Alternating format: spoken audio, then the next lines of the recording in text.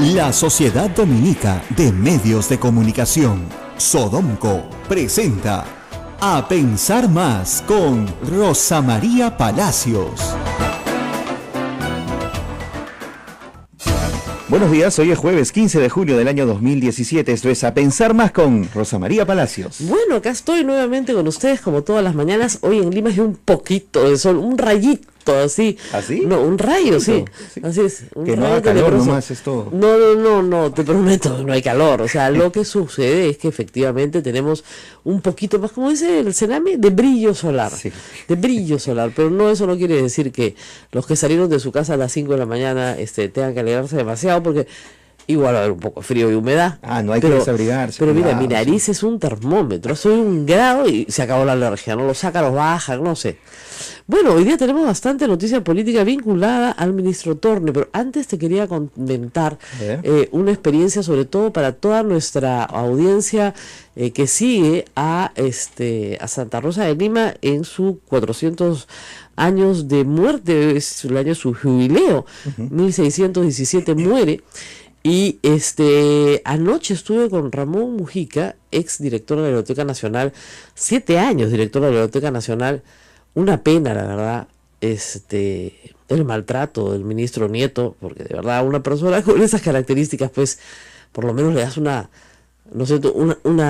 reunión, ¿no? O le pides un plan de trabajo o algo, ¿no?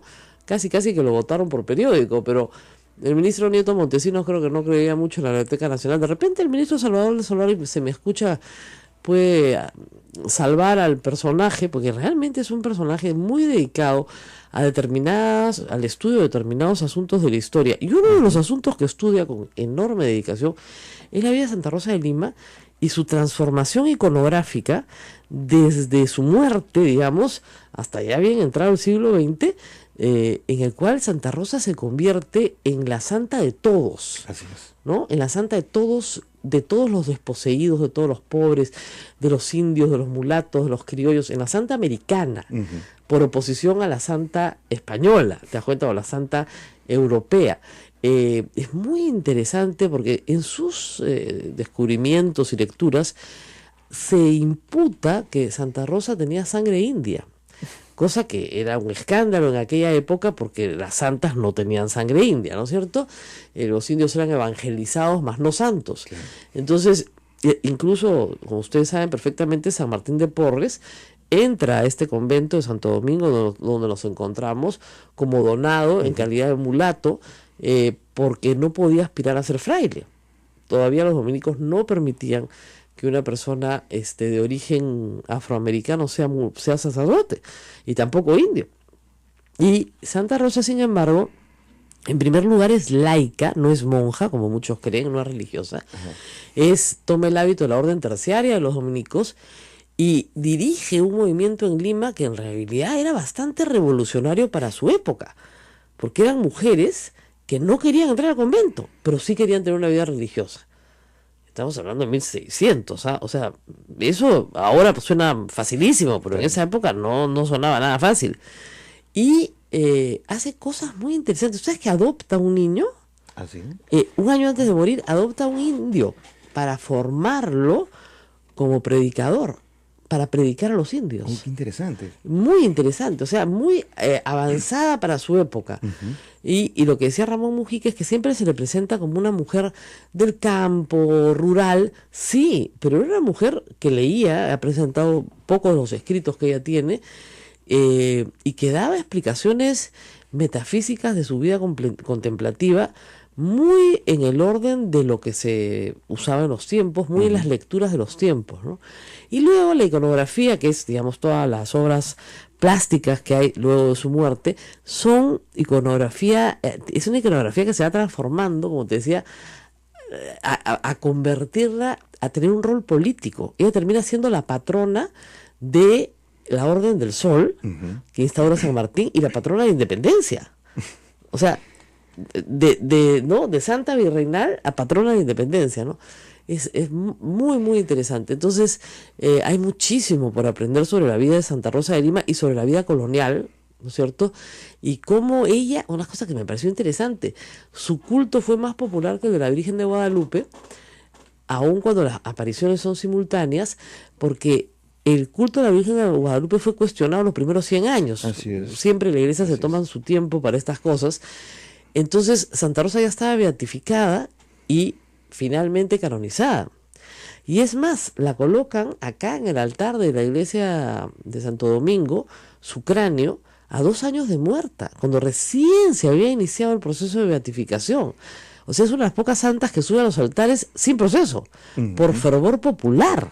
Así es, porque el proceso duró muchísimo tiempo. Fue cierto, ¿no? tal el furor después de su muerte que tuvieron que cambiarle la ropa 7 veces antes del entierro, para que quedaran reliquias suficientes para todos los que pedían reliquias.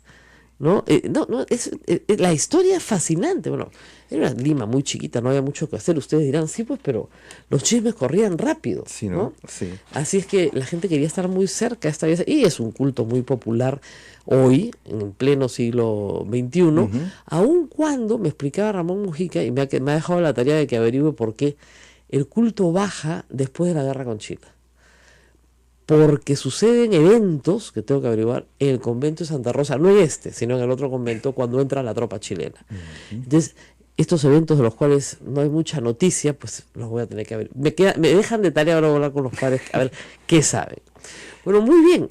Y acá en Lima, después de un viaje, en teoría exitoso, del presidente de la República, a Francia y a España, con invitaciones al presidente francés, con reunión con el rey, con conversaciones en cámaras de comercio, expectativas de desarrollo, de inversión. De inversión y todo, con su ministro de Economía al lado. Y el ministro de Economía llega a Lima y le dicen, lárgate. ¿Quién? La bancada fujimorista. Todos los voceros, algunos de forma más explícita, otros de forma menos explícita, le han dicho que, digamos, que no les dé la molestia de censurarlo, ¿ya? Que tenga la buena educación de irse, más o menos. O sea, ¿sabes qué? Me da pereza censurarte. Ya no quieren ni chambear esto, ¿sabes? O sea, interpelarte, censurarte, hay que pereza, renuncia, hijito. Ya pues te vamos a votar de todas maneras. Eso es lo que le han dicho en buena cuenta ayer los voceros del fujimorismo al señor Torne, al ministro de Economía, nada menos. Por supuesto, el señor Alarcón, ni con el pétalo de una rosa, ¿no? Ese, nada. Y Fernando Zavala ha dicho, por si acaso aquí no hay ninguna renuncia, el señor no se va. Y me parece muy bien que Fernando Zavala se los diga, porque por lo menos para que trabajen, ¿no? ¿Lo quieren votar? Muy bien. Ahora sí, que le comience a quedar claro al pueblo, porque cuando renunció Vizcarra dijeron, no, pero si no se ha ido solito. Después lo habían interpelado, perseguido, ¿no? Pues si él se ha ido solo. Bueno, muy bien, que quede claro que los votan. Y que los votan mal, y que los votan por delitos que no existen, porque no hay un fiscal que pueda abrirle un proceso al ministro Torne por esa grabación. Es imposible. Es imposible. Es una declaración simple y llanamente, oye, tengo todo firmado, pues, que salga la otra cosa. Ni siquiera entiendes bien a qué se están refiriendo. Y es obvio que el señor Torne no se ha grabado a sí mismo, pues, ¿no? Ni que tiene un aparato de grabación en su oficina para grabarse a sí mismo, ¿no? El señor Torne recibió de buena fe al Contralor para escuchar sus pedidos de plata, que para eso desfilan todos, ¿no es cierto? Le puso peros, porque para eso está el ministro de Economía, para ponerle peros a todos, y el Contralor no solo lo grabó, sino que quiere que se vaya el ministro, porque lo ha dicho, ¿eh? Haría bien en irse, y él, y este señor, Neta. que todos los días sabemos algo nuevo, porque hasta malas notas tenía, plagia, es un desastre, ¿eh? Ese es nuestro Contralor. Y al señor Contralor no le pasa absolutamente nada, lo cual es una vergüenza para Fuerza Popular que no haya un pero sobre el Contralor, ¿no? Y como digo, quieren homologarlos, pues, ¿no? Al final, ya, pues los dos son malos, ya se irán los dos. Muy mal Keiko Fujimori. Cada día peor, porque lo único que hace es, y lo veremos más adelante en el programa, obstaculizar el desarrollo del país al punto tal que esto está afectando a los más pobres, que está afectando a las miles de personas que están tratando de conseguir un trabajo hoy y que no hay una expansión de la economía. Tenemos 2 clases de peruanos: los que no tienen trabajo y los que teniendo un trabajo no les alcanza. Ok, este juego político que se está manejando desde el Congreso de la República, Rosa María, sería bueno que se aclare un poco cómo es que afecta directamente nuestros bolsillos, porque hay muchos que no lo entienden. Te A te ver. lo voy a explicar, mi pequeño saltamontes. Ya me pusiste chapa, Ya, Ah, chapa. está listo. Es que como pregunto, no. No, mire, es bien simple. Es que cuando nos toca directamente al bolsillo nos damos cuenta, pues, ¿no? Pero claro, pero imaginen pues en su economía familiar, para ponerle un ejemplo, ¿ya? Usted sabe que, no sé, que en verano, por ejemplo, gana menos plata. Porque usted tiene un negocio de venta de chompas, pues, ¿no? Entonces en verano le va mal. ¿Qué hace usted? Todo el tiempo del invierno va guardando, porque sabe que en verano le va a ir mal, ¿no es cierto? No va a comprar para invertir para el verano. Porque, o sea, va a comprar para invertir para la campaña del invierno siguiente, ¿no es cierto? Y así funciona. Entonces, los inversionistas, la gente micro, macro, de todos los tamaños, mete su plata cuando tiene una expectativa de recuperarla con una ganancia, ¿no es cierto? ¿Qué pasa cuando yo tengo un país donde no tengo ninguna expectativa de ganar con una ganancia? No invierto. ¿Y por qué no tengo ninguna expectativa de ganar algo más, ¿no es cierto? O sea, de recuperar mi plata y tener una pequeña ganancia. Porque la política se mete en la economía. Entonces, yo no sé si las reglas que tengo hoy día las voy a tener mañana. No lo sé. Porque resulta que hay un grupo de presión que dice que van a subir los impuestos, o los van a bajar, o van a cambiar las leyes laborales, o van a hacer esto. Y como el que gobierna en realidad no está gobernando, si no está gobernando otro grupo que tampoco tiene las cosas claras, porque si tuviera un plan, no pues si fuera a la izquierda, yo ya sé a qué me enfrento, es la incertidumbre lo que hace que tú no sepas si debes invertir o no. Claro. ¿Ya? Entonces, no inviertes. Entonces, si tú no inviertes, no creas un puesto de trabajo más. Si tú no creas un puesto de trabajo más, sea formal o informal, si no creas un puesto de trabajo más, hay una persona menos que tiene trabajo. ¿No es cierto? O una persona menos que tiene 2 o 3 trabajos, porque acá en el Perú todos tenemos 2 o 3 trabajos. Entonces, se comienza a contraer. La señora que pensaba, no sé, gastar un poquito más este invierno en abrigar más a sus hijos, dice, no, mejor no, con la misma ropita del año pasado porque yo veo que no nos va a alcanzar. ¿Ok? Entonces ya no consume. Claro. ¿Ya? Y el que estaba vendiendo las chompas, del ejemplo, ya no va a vender muchas chompas. Porque sé que no lo van a comprar. Porque la señora tomó una decisión Claro. sabiendo que ella no va a tener más ingresos, Así es. que de repente este es el último trabajo que tiene este mes. Entonces dije, no me puedo gastar la plata en abrigar más a los niños, con lo del año pasado estoy bien. ¿Ok? Entonces el señor que vende las chompas dice, ¿y ahora qué hago con las chompas? Las tengo que rematar, pues si no nadie me las va a comprar. Entonces gana muy poquito. Entonces ya no puede hacer una campaña más grande el año siguiente. Pero si la señora tiene la expectativa de que le va a ir bien este año, de que su marido va a tener buenos ingresos, entonces la señora le compra chompas a todos sus hijos. Entonces de la chompa gana más plata. Entonces gana más plata y dice, bueno, con este capital puedo invertir más para la campaña del próximo año y me va a alcanzar. Entonces los círculos virtuosos se producen por millones de pequeñas decisiones de consumo, millones de pequeñas decisiones de inversión que se convierten en grandes, inmensas decisiones de inversión. Entonces, ¿qué es lo que mueve el Producto Bruto Interno? Las inmensas decisiones de inversión, que no se toman muchas veces en el Perú, se toman en el planeta. O sea, una empresa en China se asocia con una empresa en Australia y deciden invertir en América Latina y comparan Chile y Perú. Y dicen dónde se cumple mejor la ley. Todos los indicadores dicen que en Chile. Bueno, entonces haremos la inversión en Chile. Y ¡pac! Quedamos descartados de la mesa. ¿No?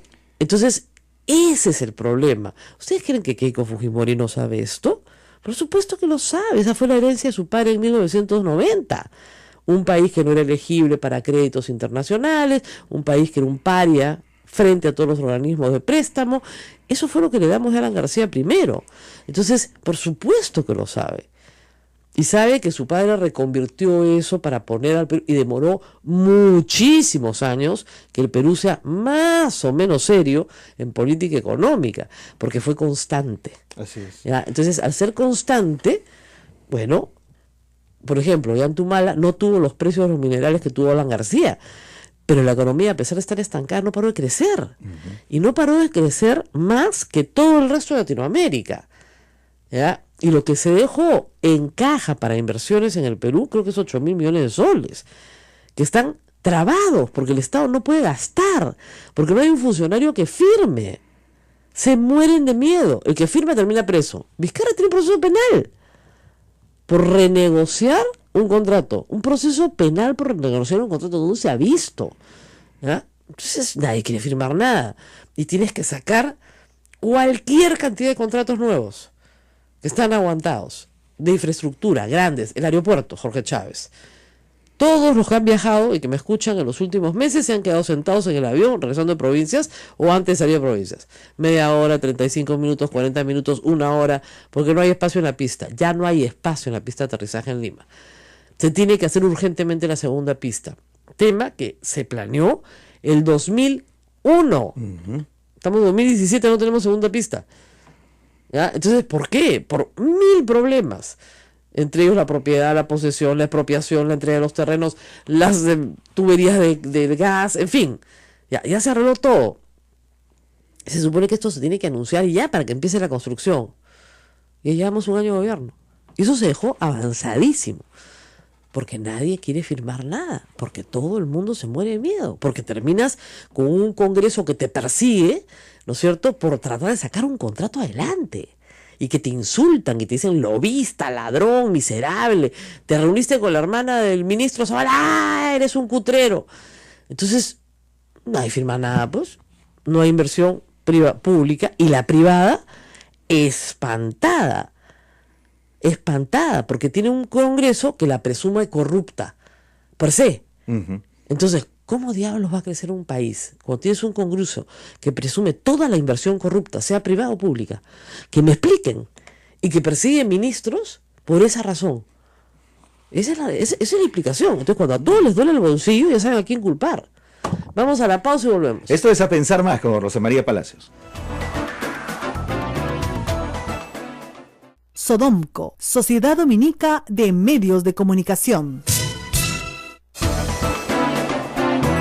8 de la mañana, 20 minutos. Esto es A Pensar Más con Rosa María Palacios. Continuamos. Bueno, yo he dicho varias veces que no puedo hablar del tema de pura vida porque tengo un conflicto de interés. Pero ya hay cosas que me ponen pues impaciente y esto no tiene nada que ver lo que voy a explicar con un conflicto comercial, sino simple y llanamente cosas de sentido común histórico que creo que la gente debería saber. ¿Ya? Primera cosa. Los seres humanos no necesitamos leche de vaca para sobrevivir. Necesitamos leche de la mamá. Eso es lo más importante.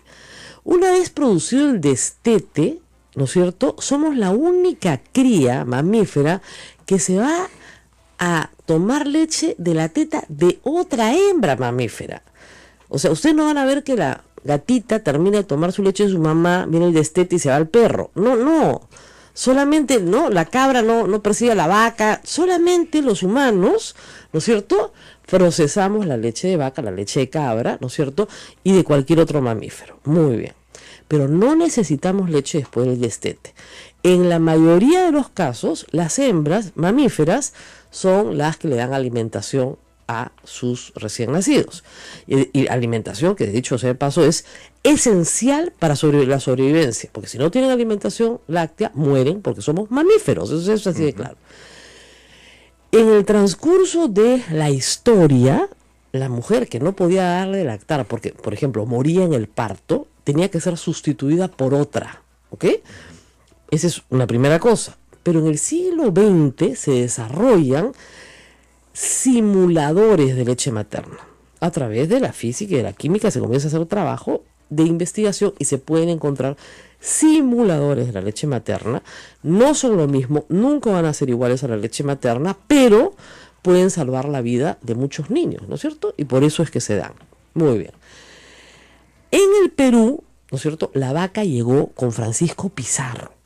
Antes no habían vacas, ninguna vaca. El imperio de los incas no se hizo con leche de gloria, ni con leche de ninguna marca. No había leche, no habían vacas. Entonces, el indio nativo americano no tiene en su sistema inmunológico, aún 500 años después, toda la adaptación necesaria a la leche de mamífero que no sea la de su madre. Por eso tenemos miles de personas que son intolerantes a la lactosa, lo cual es normal. Los europeos y aquellos que vinieron de Europa a América no desarrollan esa intolerancia, pero el indio nativo americano sí la tiene, lo cual es normal. ¿Dónde está la mayor proporción de indios nativos americanos? En México y Guatemala y en el Perú. La mayor cantidad, ¿no es cierto? Entonces tenemos problemas. 2, ya, para terminar esta parte histórica. La vaca, mientras más alto está, menos leche da. ¿Ok? Porque necesita oxígeno. ¿Okay? Entonces, nuestra geografía es una costa desértica, grandes pastos planos, solamente hechos por la mano del hombre. No tenemos, como imaginen ustedes, Argentina, Uruguay, donde da gusto ser vaca, pampas inmensas que Dios riega. No, acá nada, acá no, Dios no hace llover, no hay pampas, no es plano. Grandes pastos naturales, hábitat natural de la vaca. ¿Ok? Perú, grandes pastos naturales debajo de 1000 metros de altura, no hay. Todos hechos por la mano del hombre. Por lo que desarrollar una industria de vacas, ¿no es cierto?, es difícil. Es muy difícil. O sea, nuestra geografía no permite que tengamos la cantidad suficiente de vacas para producir la leche para abastecer a todo el país. Exactamente. Por eso hay que importarla. Por eso es que hay que importarla. Es como si mañana dijeran, ¿saben qué? No vamos a importar trigo. A ver, pues te quiero ver que no haya pan. No producimos trigo. Y no producimos trigo. Ni producimos trigo, ni producimos soya. Y comemos pan que da miedo. Y comemos soya que da miedo. Ni trigo, ni soya, ni leche suficiente. Sí se puede cubrir una gran parte de la demanda, porque además, ¿qué pasó? Y esto hay que decirlo también. Al lograrse con 2 técnicas en el siglo XIX, evaporar la leche, es decir, quitarle el agua, y luego quitarle el agua hasta hacerla en polvo, ¿no es cierto?, se hizo algo que no se podía hacer antes, que era poderla transportar a gran distancia sin que se malogre. No hay nada más perecible que la leche fresca. Dura 24 horas, señor. Usted pone un vaso de la leche fresca en la cocina, déjalo 24 horas en verano a ver cómo le queda de vinagre al día siguiente. Obviamente, ¿no es cierto? Entonces, la leche se industrializa y se le tienen que añadir estabilizantes y preservantes, como toda la industria de la alimentación del siglo XX, para que pueda durar más tiempo. Y la leche evaporada y la leche en polvo tienen una ventaja adicional que fue muy importante a principios del siglo XX. Es fuente de proteína animal no perecible. Si tú regresamos a lo que es la alimentación tradicional, tienes que ir todos los días al mercado, comprar todo fresco y lo que te sobra botarlo porque al día siguiente está podrido. O sea, imagine usted no tener refrigeración. Entonces todo sin refrigeración se consume en el día, punto. Entonces el trabajo de la ama de casa consiste en ir todos los días al mercado. Imagínense una cantidad de horas, ¿no es cierto? Regresar, cocinar exclusivamente para el día y el desperdicio adicional. Entonces, ¿qué hace la industria de alimentos en el siglo XX? En el siglo XX permite que la mujer pueda salir a trabajar, porque puede comprar, acumular, no perece y no desperdicia. Sin embargo, eso tiene un costo, claro que sí, en preservantes, estabilizantes y una gran lucha entre la industria de las ciencias alimentarias, que es una carrera, y organizaciones como la Food and Drug Administration y otras en el mundo que discuten cuáles de estos preservantes, colorantes, estabilizadores, emulsionantes, etcétera, son aptos para el consumo humano o no. Esa es la gran pelea. Y hay muchos que han sido descartados, que se usaron antes, ¿no es cierto? Tintes, por ejemplo, que no son usados el día de hoy, etcétera, y otros que sí. Entonces, hay también, por cierto, grandes estudios para poder poner en el mercado un producto alimenticio, porque lo que se tiene que probar es que no es tóxico para el consumo humano, ¿no es cierto? Incluso, ustedes saben que hay enfermedades que se desarrollan, por ejemplo, a partir de la industria de las conservas, el botulismo. Entonces, es muy importante educarnos todos sobre una industria que trae beneficios y también tiene peligros si es que no sabes usarlo. Entonces ya saben por qué no pueden haber tantas vacas pues en el Perú. Y les digo, de encima de los 1000 metros, la vaca en Puno da 3 litros de leche. Y además por otra cuestión de costumbre. A los humanos nos gusta la leche con menos grasa de la que la vaca da, dependiendo de la raza. O sea, hay vacas que dan leche con grasa al 3.5 hasta 4% de grasa.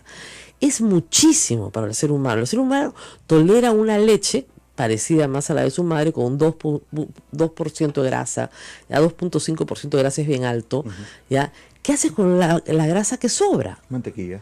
Y queso. Claro. ¿Ya? Entonces se desgrasa la leche y se homogeniza, porque además de cada porongo que se recoge, la grasa no es igual. Claro, pues porque hay una vaquita que es más grasosa y la otra comió más pastito, no es igual. Y porque hay que decirlo también, el ganadero también le mete su poquito de agua, porque todos queremos ganar en el camino, ¿no es cierto? Entonces, no todo es igual. ¿Cómo se mide la grasa? Porongo por porongo. Porongo por porongo en laboratorio, todos los días. Se saca una cucharita, una muestrita, y todos los días se mide la grasa, todos los días se mide la grasa de cada grupo de ganaderos que envían, puedes enviar desde un porongo hasta 10 o 15, depende, ¿no es cierto? En el recojo que se hace nacional. Y se recoge todos los días. ¿Por qué? Porque la vaquita no le puedes decir, ¿sabes que hoy día no trabajas? No se puede.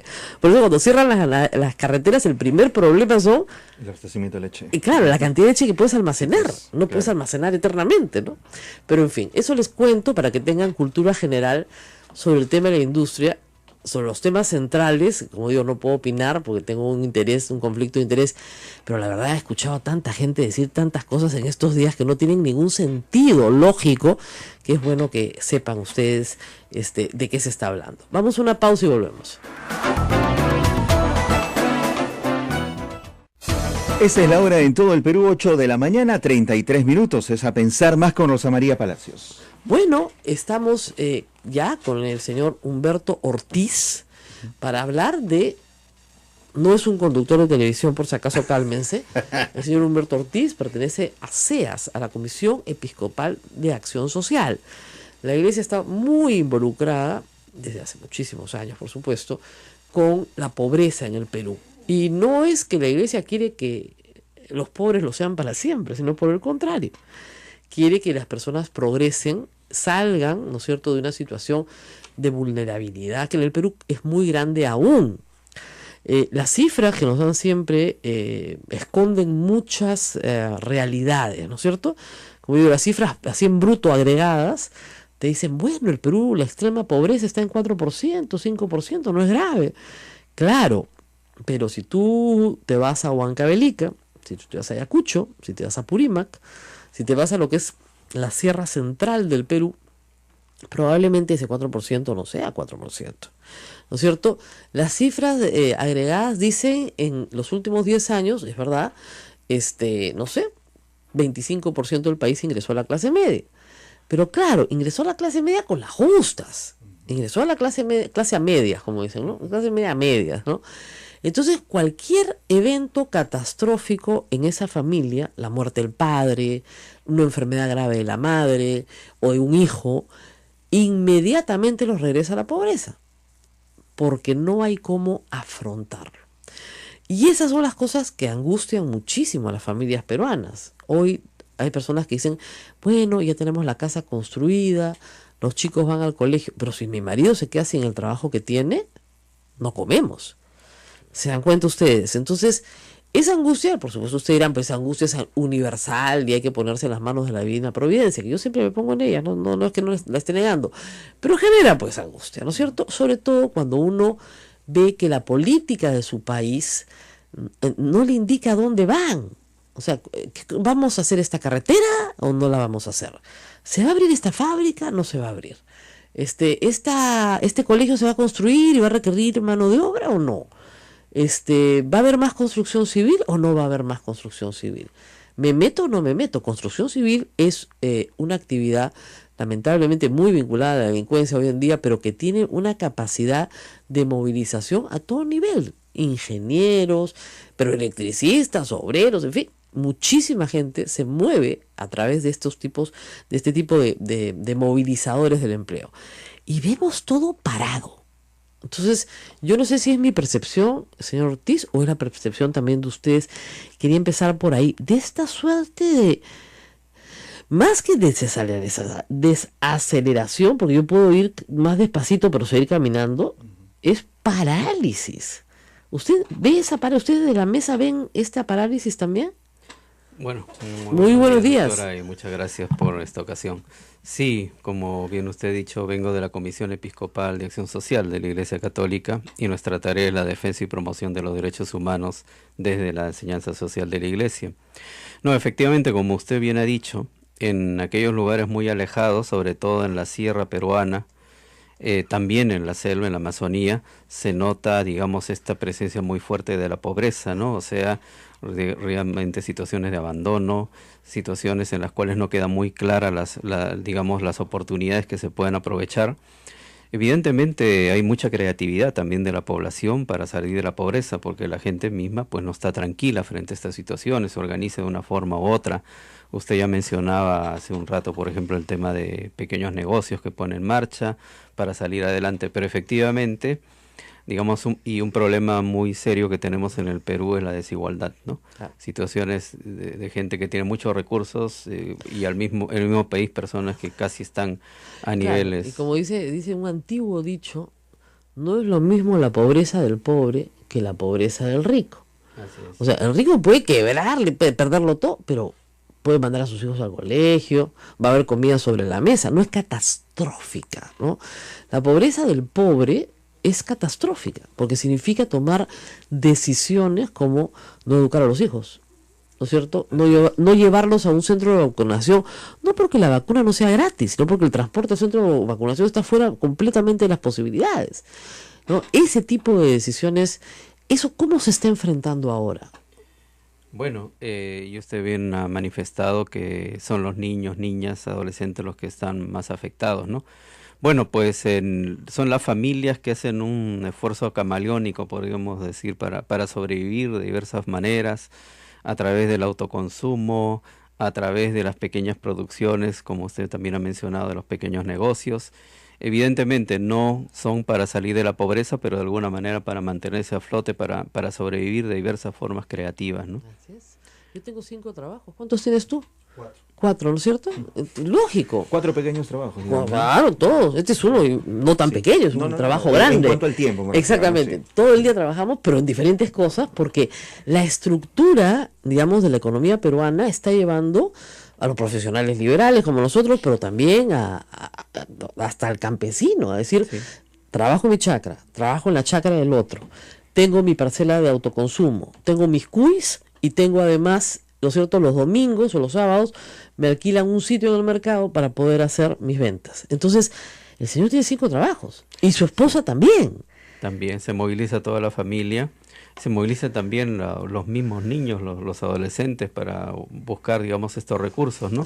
Lo cual también nos plantea un desafío sobre el tema de los derechos de niños, niñas y adolescentes. Bueno, ya sabemos perfectamente que los niños son pastores desde la infancia, ¿no? Sí. Desde las épocas, además, bíblicas. Normalmente los niños son pastores con un sentido de la responsabilidad espectacular, ¿eh? Sí. Porque al niño urbano, ¿no?, se le pierde la mochila yendo al colegio. En cambio, el niño de verdad, yo siempre les digo a mis hijas, una pastora de 5 años sale con 10 animales, regresa con 10 animales. Y si no regresa con 10 animales, no regresa. Y a ti se te pierde la mochila dentro del mismo colegio. Claro, es un contraste, ¿no? Es un contraste en el sentido de la enorme responsabilidad. Además, esos animales son el patrimonio de la familia, que se le encarga, que se le encarga a una criatura. Su fuente de ingresos, ¿no? No, y el activo principal, esas 10 ovejas son las que te van a dar lana, las que vas a sacrificar, las que vas a vender como carne, las que estás engordando con el poco pasto natural que puedas obtener en la zona. O sea, eso es muy importante.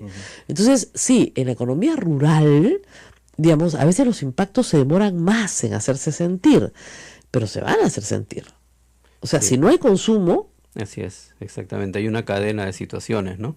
Y si en el país va a haber un problema en cuanto al crecimiento económico y en cuanto a los eslabonamientos hacia abajo de las economías locales, pues va a haber menos oportunidades también para esas economías locales, ¿no? Por eso es tan importante el tema de la descentralización, pero al mismo tiempo es un tema polémico por todo lo que se ha visto, ¿no? En la parte política, el tema de la corrupción, etcétera. Pero sí es necesario un proceso de centralización serio en el país que brinde oportunidades a las poblaciones, sobre todo las más marginadas. Ahora, ¿qué se puede hacer? Porque, digamos, el ministro anterior, el señor Gessi, planteó todo un esquema de diversificación productiva que apuntaba a eso, a las micro y pequeñas empresas que podían entrar bien ahí. Ha habido un pleito terrible, hay que decirlo, con el ministro Bruno Biufra, que consideró que no era un buen camino, que se perdía mucho tiempo en largas discusiones en mesa. Ayer el ex viceministro de Economía lo ha criticado duramente en El Comercio, es un artículo durísimo. Pero la diversificación productiva era un camino interesante en el área rural, que además traía prosperidad muy rápidamente, ¿no es cierto? Y fuentes de proteínas, de la crianza de cuys, el aprovechamiento del compost para generar energía. ¿Cómo van esos trabajos? ¿Cómo los observan ustedes desde el SEAS? Nosotros observamos que hay esos trabajos, ¿no? En el mundo campesino, sobre todo en las comunidades, como venimos a decir, más marginadas, porque es cierto que hay pobreza, pero también hay esas oportunidades, ¿no? Claro. Y el tema de la diversificación productiva es un tema clave, ¿no? Usted ha puesto estos ejemplos, ¿no?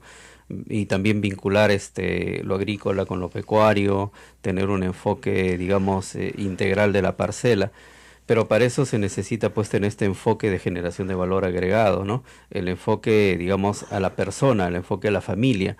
Y yo creo que a veces los elementos de la política como que no permiten, ¿no? Pero Porque fíjese, hay cosas que se han dicho hace 30 años o 40 años en el Perú. Por ejemplo, las cocinas mejoradas, que es sacar el hollín de dentro de la casa para que la gente respire mejor, no tenga enfermedades respiratorias, no es caro. O sea, una familia lo puede asumir con adobes. Mira, sin embargo, por falta de transferencia tecnológica no se hace. Ahora se están haciendo mucho en la zona de Puno, un sistema para el cual se caliente la vivienda de día y aproveches el calor del día, lo retengas para calentar la vivienda de noche.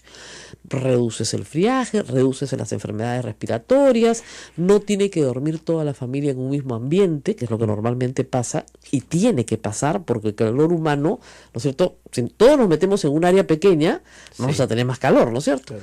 Entonces, pero ya comienza a verse otros problemas de índole pues sexual y abusos, etcétera, ¿no es cierto? Entonces puedes hacer una vivienda de 2 habitaciones, pero sin embargo yo veo estos esfuerzos de centenares de gente, miren, desde misioneros hasta ONGs, ¿no? No sé, los que les reparten castañas a los niños en Madre de Dios para que se les baje el grado de mercurio, porque tiene selenio la castaña, ¿no? Pero es como si todo estuviese un poco disperso. Sí, se necesita juntar esfuerzos, ¿no? Avanzar en propuestas de concertación nacional, y estas concertaciones desde abajo, desde las comunidades, ¿no? Haciendo partícipe a la misma gente, que sean protagonistas de su propio cambio. Eso es un tema central. Si la gente no quiere participar, no se puede. Me contaban, yo estuve en Madre de Dios la semana pasada, un tema central ahí es el DNI. Porque la gente no pone que vive, o sea, viene del Cusco, Arequipa, de Puno con su DNI de esos lugares. Entonces, cuando el MEF distribuye recursos a nivel nacional, mira cuántos viven pues ¿no? según RENIEC y manda los recursos según RENIEC.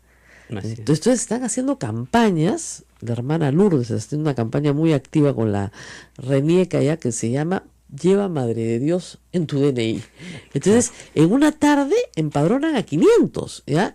Pero claro, tienes que llevarles prácticamente la oficina de la RENIEC a su casa.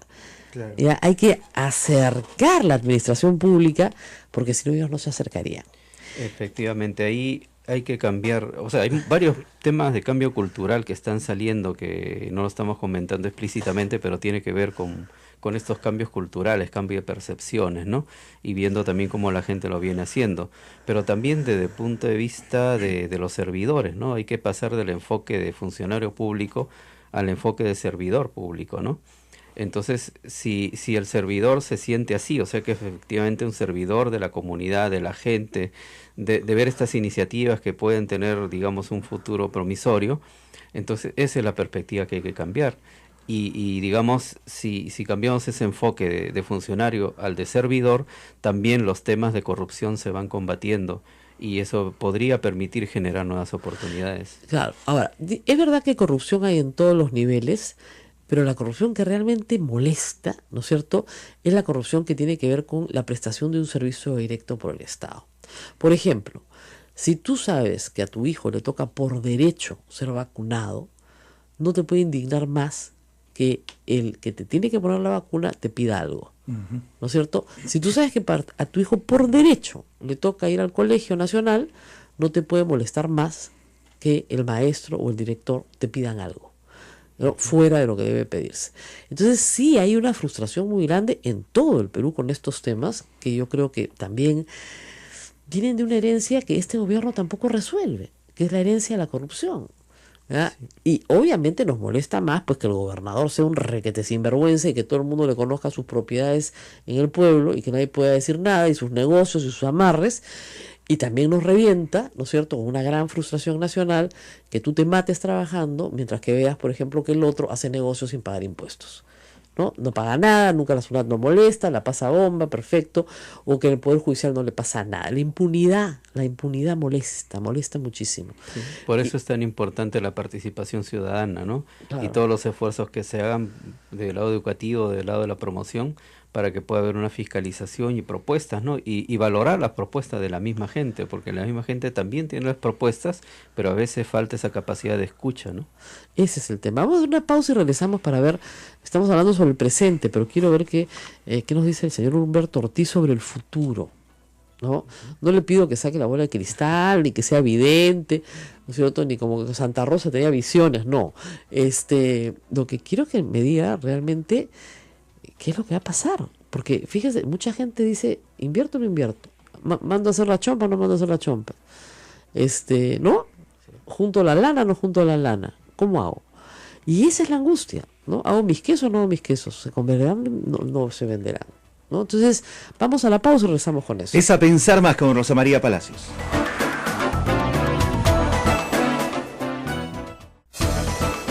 Esto es A Pensar Más con Rosa María Palacios en las emisoras de la Sociedad Dominica de Medios de Comunicación, Radio Santa Rosa en Lima, Radio Santo Domingo RCD Chimbote, Radio San Martín Arequipa, Radio Veritas RTV Cusco, también con nuestros amigos de Radio Cepagua Ucayali, Radio Quillabamba La Convención y Radio Madre de Dios en Puerto Maldonado. Y también me dicen desde Piura, obviamente, otro evento catastrófico que ya no tiene que ver con la familia misma, sino con la naturaleza, es, por ejemplo, el tema del niño costero. Entonces, el que estaba pobre antes del niño costero, pues está más pobre, porque las pocas cositas que tenían, que era su patrimonio, las ha perdido. Ahora, hay que decir una cosa, ha habido bastante generosidad, por lo menos para la emergencia, más ya no tanto para la urgencia. Y también, de nuevo, es cuestión de organizarse bien. Hay que urgir a las personas más pobres a que no se ubiquen bajo ninguna consideración en el camino del Huayco. Una y otra vez, miren, esto es bien importante, la temperatura va a cambiar y la temperatura de la Tierra va a subir 1 o 2 grados. Y ahí donde no pasó un Huayco en 50 años, va a comenzar a pasar cada 5 años. No vale la pena, váyanse de ahí, no hay a dónde ir. Bueno, habrá que buscar a dónde ir. Pero ahí no se pueden quedar. Ahí el otro día tenía una discusión porque me decían, es que tú no entiendes, no tienen a dónde irse. No, perdóname, es que ahí no pueden estar. Es como si tú me dijeras, bueno, vas a construir tu casa en el medio del mar. No, pues no se puede, ¿ya? Digamos, ahí no puedes estar. Entonces comienza a pensar una solución que no incluya la quebrada del Huayco. ¿Ya? Pero eso ya es más difícil, ese es como dice cultural. Hablemos del futuro. ¿Cómo vemos el futuro? ¿Te compro la lana para las chompas o no?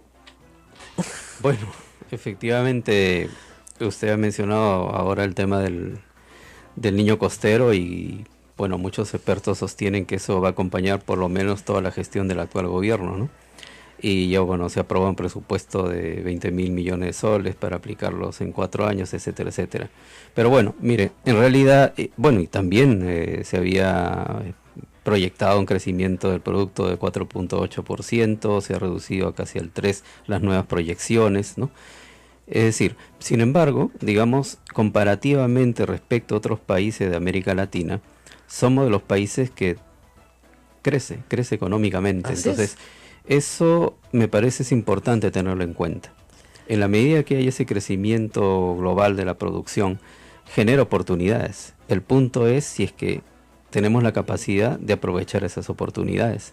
Entonces, efectivamente, va a haber vulnerabilidades por el lado del cambio climático, por el lado de la desigualdad de lo cual hemos hablado, por el lado de una pobreza, digamos, que es difícil superar o bajarla más de lo que está actualmente, pero yo creo que estas oportunidades de las personas, estas iniciativas de la gente para sus pequeñas economías locales, sus economías familiares, sus pequeños emprendimientos, yo creo que van a tener estas oportunidades económicas. Ahora, la ventaja de las chompas, señora, es que las puede guardar para la siguiente temporada. El problema de los quesos es que sí los tiene que vender. Así es. Entonces es una inversión de más riesgo. Y como usted dice, el pequeño emprendimiento con un riesgo, sí, pues, angustia un poco a la familia, ¿no? Sí, angustia. Genera una situación de angustia, ¿no? Y si ustedes ven la cantidad de violencia familiar que tenemos en el Perú, yo creo que el factor económico tiene un peso importante en esa violencia familiar. No justifico la violencia, se explico, ¿no? O sea, así es. no hay justificación alguna, pero es un pretexto. es un padre angustiado que no trae dinero a la casa, que la madre le reclama y se arranca la bronca por ese tema. Entonces, hay efectivamente un problema económico, ¿no es cierto?, que es generador de enorme ansiedad y angustia en todos los niveles sociales. Porque acá la iglesia está llena, le digo, en todos los niveles sociales.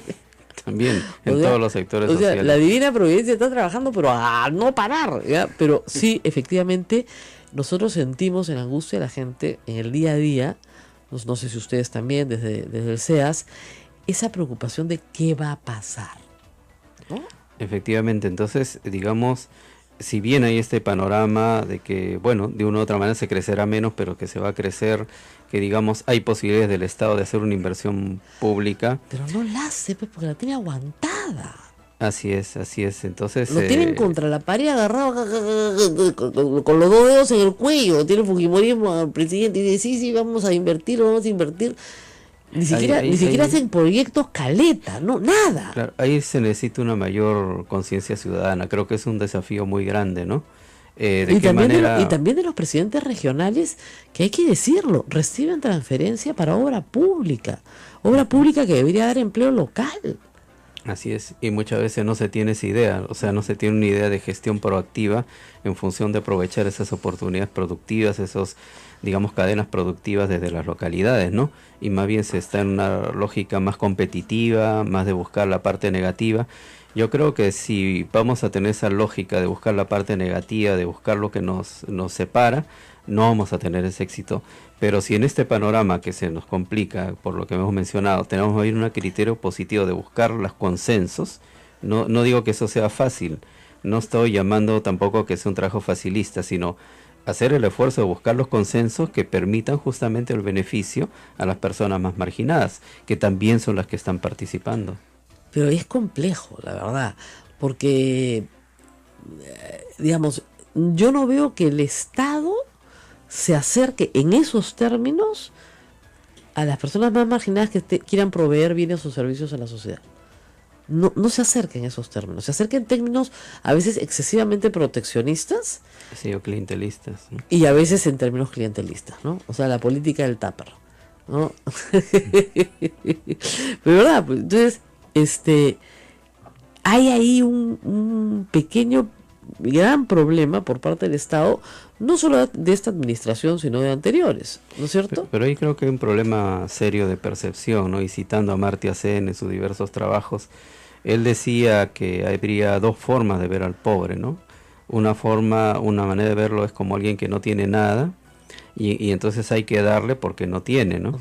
Pero otra manera de ver a la misma persona es primero como una persona, o sea, un hijo, hija de Dios, por lo tanto tiene capacidades, pero no ha tenido las oportunidades para desarrollar esas capacidades. Entonces es un tema muy importante de percepción. Si a nivel, digamos, en este caso estamos hablando de la política, se viera a las personas desde esa percepción, es decir, que tienen personas con dignidad, que tienen capacidades y que el tema es desarrollar esas oportunidades para que desarrollen sus capacidades, yo creo que eso ya sería un excelente punto de partida. Claro, porque, digamos, si a las personas le damos una oportunidad de piso mínimo, digamos, ¿no? Salud. Entonces estamos hablando de atención primaria de salud, estamos hablando de agua y saneamiento, estamos hablando de vacunación, de parto atendido, en fin, de todas las cosas que la Organización Mundial de la Salud, Naciones Unidas señalan que es un piso mínimo, ¿no? Educación primaria universal, que en el Perú sí existe la educación primaria universal ya en este momento. De calidad, la calidad educativa. El tema de la calidad, pero que la cobertura está. Luego educación secundaria, luego oportunidades de educación universitaria para quien pueda y lo desee, que tenga la capacidad, ¿no es cierto?, de asistir a una escuela universitaria de nivel, pero pagada íntegramente por el Estado. Ese es el piso mínimo, ¿no es cierto?, que debería tener las personas: salud, educación, justicia, que es acá el Señor de la Justicia es muy popular los viernes, y finalmente una infraestructura mínima de desarrollo, ¿no? Yo cuento esta anécdota, a muchas personas se las he contado en estos días porque me impactó mucho. Un señor que trabajaba en Natsuko me dijo: yo soy ciudadano peruano, yo tengo derecho a tener una carretera que me una con la capital de mi región. Y no tienen derecho a decir desde Lima que por la interoceánica pasan 4 monos, ¿no? Porque yo ahora de Iberia, que está en la frontera, a Puerto Maldonado, lo hacemos en 3 horas. Antes lo hacíamos en 3 días, o en 6 días, o dependía, o nunca, dependiendo de las lluvias. Igual a Mazuco. Entonces, ese empoderamiento ciudadano me dio mucho gusto y al mismo tiempo te hace reflexionar sobre la necesidad de una infraestructura mínima de integración. Y también la necesidad en ese tipo de proyectos que tienen que ver con la Amazonía del diálogo intercultural, ¿no? Sí, muy Porque importante. es sumamente importante tener también la cosmovisión de los pueblos indígenas que han aportado y siguen aportando, ¿no? Sus propuestas, bueno, muchos le llaman no solo desarrollo, sino el buen vivir, etc. Mire, entonces recogerlo también, hay ¿no? muchas cosas que buscar los consensos. Exactamente, que por ejemplo, yo siempre cuento por qué las mujeres en el Ande peruano no querían ir a un parto hospitalario, porque había que escucharlas, pues porque decían que era muy frío, que a su marido no lo dejaban entrar, que las echaban, y ellas no querían dar a luz echadas, querían dar a luz paradas. El niño sale más fácil. ¿Y qué pasa? Que el parto vertical es incómodo ¿para quién? Para el que lo atiende, pues, porque se tiene que echar. El parto está pensado para la comodidad del médico. Entonces, con un gran trabajo del Ministerio de Salud, se incorporó el parto vertical y se incorporó casas donde la mujer viviera unos días antes del parto con su esposo, con sus hijos pequeños, y que esperara ahí y que tuviera el niño sobre el pellón de oveja exactamente igual, y que inmediatamente lo amamantara y le dieran su tecito, como le gusta, su bebida caliente. Eso es todo cultura. Es absolutamente cultural. Y eso redujo la mortalidad infantil brutalmente, ¿no? Lima Norte, hay labor en la zona de Ancón, Puente Piedra, que se está realizando en estos momentos por parte de SEAS. ¿Qué hacen ustedes exactamente? Bueno, Cuéntenos ahí un poco su labor. nosotros, nuestro método de trabajo es trabajar con las diócesis, ¿no? En este caso la diócesis de Caraballo, estamos en Olino Paniza, y también, bueno, hay acción social en muchas parroquias, ¿no? Entonces nosotros coordinamos con ellos estas iniciativas. Por ejemplo, hay parroquias que impulsan, acompañan pequeñas cooperativas. Hay una antigua cooperativa de ahorro y crédito bastante famosa en San José Obrero, por ejemplo, que empezó con los padres oblatos. Hay muchos talleres productivos con mujeres, ¿no? Por ejemplo, en la parroquia de Santos Arcángeles, donde están los padres columbanos, hay varias iniciativas de mujeres productoras. ¿Y ustedes tienen artesanía. esas iniciativas en este momento? Angustia, parálisis, entusiasmo, ¿cómo las ven? ¿Cómo perciben estas personas la realidad económica? Es combinado, ¿no? Porque Ya. por un lado ven lo que pasa en el país y como cualquiera se preocupan cuál es la Lógico. estabilidad, ¿no? Pero por otro lado, a lo largo del tiempo han ido aprendiendo y tienen mucha confianza en los aprendizajes que tienen. Y han ido logrando varias de ellas una capacidad productiva y una calidad productiva que les ha permitido entrar a mercados, ¿no? Por ejemplo, hay un taller que fue iniciado por una participante del Movimiento de Trabajadores Cristianos y ya tiene varios años, es el taller Betania, con mujeres que venían de los sectores más marginados y que actualmente desarrolla un nivel de producción bastante importante, ¿no? Que es muy conocido y reconocido. Igual el apoyar a asociaciones de pequeños comerciantes, ¿no? De los mercados, que también hacen los esfuerzos pues por mantenerse a flote. Entonces efectivamente hay preocupación, hay incertidumbre sobre lo que va a pasar, pero también hay ese aprendizaje a través del tiempo que les empodera también para ver el O sea, futuro. hay, digamos, para resumir esta conversación, hay una potencialidad ahí Y una potencialidad. que se ha ido fortaleciendo, que se ha ido creando. Lo que necesitan son oportunidades. Así es. ¿Ya? Y hay grupos de iniciativa de economía solidaria que Ajá. también se van creando, impulsando. Ese punto también quería que lo explique bien porque suena curioso, economía solidaria en algo tan frío que en definición es la economía. Y si tiene impacto con la vulnerabilidad de la que se ha estado conversando durante esta entrevista, señor Ortiz, como economista también. Bueno, gracias. Bueno, en fin, sería muy interesante hablar de la economía solidaria, pero para definirla muy brevemente, la economía solidaria es definida como la economía del compartir, ¿no? Compartir el trabajo, compartir los frutos del trabajo. Entonces, digamos, cómo a partir de la cooperación, la ayuda mutua, desarrollar procesos económicos. Entonces, eso se ha ido generando en estos talleres productivos, en estas pequeñas cooperativas que he mencionado, puedo poner otros ejemplos. Y luego, estas personas que tienen sus pequeños negocios o quieren poner algún negocio, se juntan y entonces crean un grupo de iniciativa de economía solidaria, que lo que busca es acompañar estos procesos, ver cómo apoyarse mutuamente, estar pendientes, organizar sesiones de formación también, ¿no? De desarrollo de capacidades productivas, de visión también de negocios hacia adelante. Entonces estos procesos se van dando en prácticamente casi todo el país. ¿Pero Claro. igual se mantienen dispersos? Digamos, el hecho de ser grupo permite estar un poquito más articulado, correcto. ¿no? Claro. Es Sí, el grupo el porque, que permite fíjate, esa articulación. Hay muchísimas cosas donde el productor lo que necesita es información. Exacto. ¿Qué sale? ¿Qué no sale? No sé, pues la chica quiere la blusa con bow o sin bow. O sea, te sientas a coser, ¿no es cierto? Con un grupo de mujeres. ¿Qué cosemos? ¿Qué nos van a comprar? ¿Qué no nos van a comprar? Entonces ahí viene la supervisión, la capacitación, la asesoría, porque el talento lo tienen. Así Pero es. lo que no tienen es la información suficiente para poder colocar, o a veces el marketing suficiente, o a veces los canales de distribución suficiente para lograr alcanzar las metas finales. Y todo eso es muy bueno para la economía.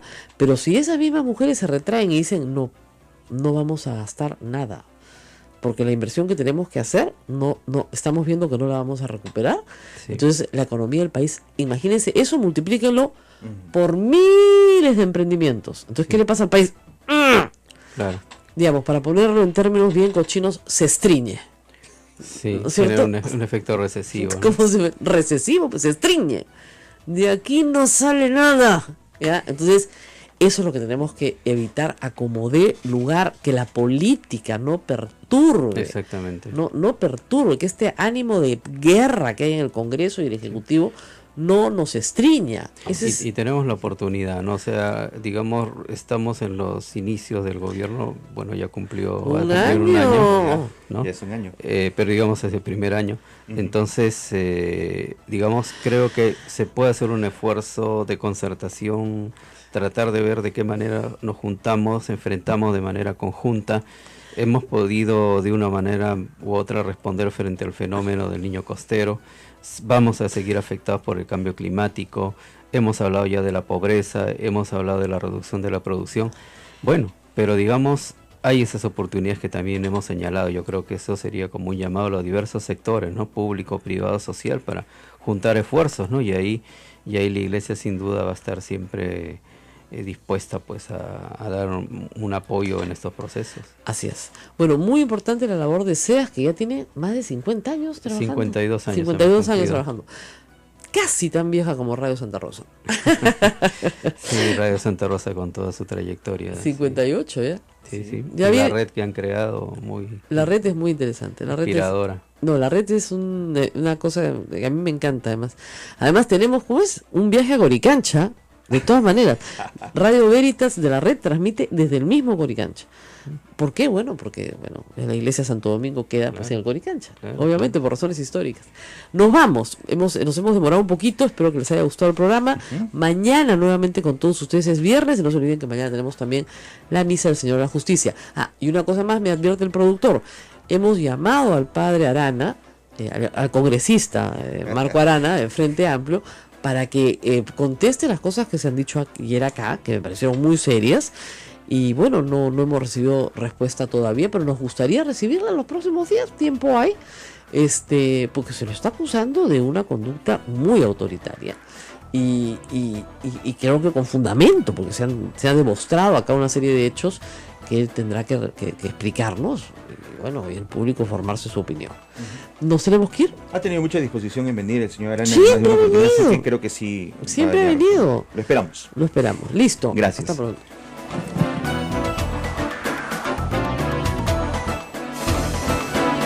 Hasta aquí, A Pensar Más con Rosa María Palacios. Este programa fue producido por la Sociedad Dominica de Medios de Comunicación, Sodomco. Grabado a sí mismo, pues, ¿no? Ni que tiene un aparato de grabación en su oficina para grabarse a sí mismo, ¿no? El señor Torne recibió de buena fe al Contralor para escuchar sus pedidos de plata, que para eso desfilan todos, ¿no es cierto? Le puso peros, porque para eso está el Ministro de Economía, para ponerle peros a todos, y el Contralor no solo lo grabó, sino que quiere que se vaya el ministro, porque lo ha dicho, haría bien en irse, y este señor, Neta, que todos los días sabemos algo nuevo, porque hasta malas notas tenía, plagia, es un desastre, ese es nuestro Contralor. Y al señor Contralor no le pasa absolutamente nada, lo cual es una vergüenza para Fuerza Popular que no haya un pero sobre el Contralor, ¿no? Y como digo, quieren homologarlos, pues, ¿no? Al final, ya, pues los dos son malos, ya se irán los dos. Muy mal Keiko Fujimori. Cada día peor, porque lo único que hace es, y lo veremos más adelante en el programa, obstaculizar el desarrollo del país al punto tal que esto está afectando a los más pobres, que está afectando a las miles de personas que están tratando de conseguir un trabajo hoy y que no hay una expansión de la economía. Tenemos dos clases de peruanos: los que no tienen trabajo y los que teniendo un trabajo no les alcanza. Ok, este juego político que se está manejando desde el Congreso de la República, Rosa María, sería bueno que se aclare un poco cómo es que afecta directamente nuestros bolsillos, porque hay muchos que no lo entienden. Te lo voy a explicar, mi pequeño saltamontes. ya me pusiste chapa, está listo. No, mire, es bien simple. Es que cuando nos toca directamente al bolsillo nos damos cuenta. Pues, ¿no? Pero imaginen pues en su economía familiar, para ponerle un ejemplo, ¿ya? Usted sabe que, no sé, que en verano, por ejemplo, gana menos plata, porque usted tiene un negocio de venta chompas, pues, ¿no? Entonces en verano le va mal. ¿Qué hace usted? Todo el tiempo del invierno va guardando, porque sabe que en verano le va a ir mal, ¿no es cierto?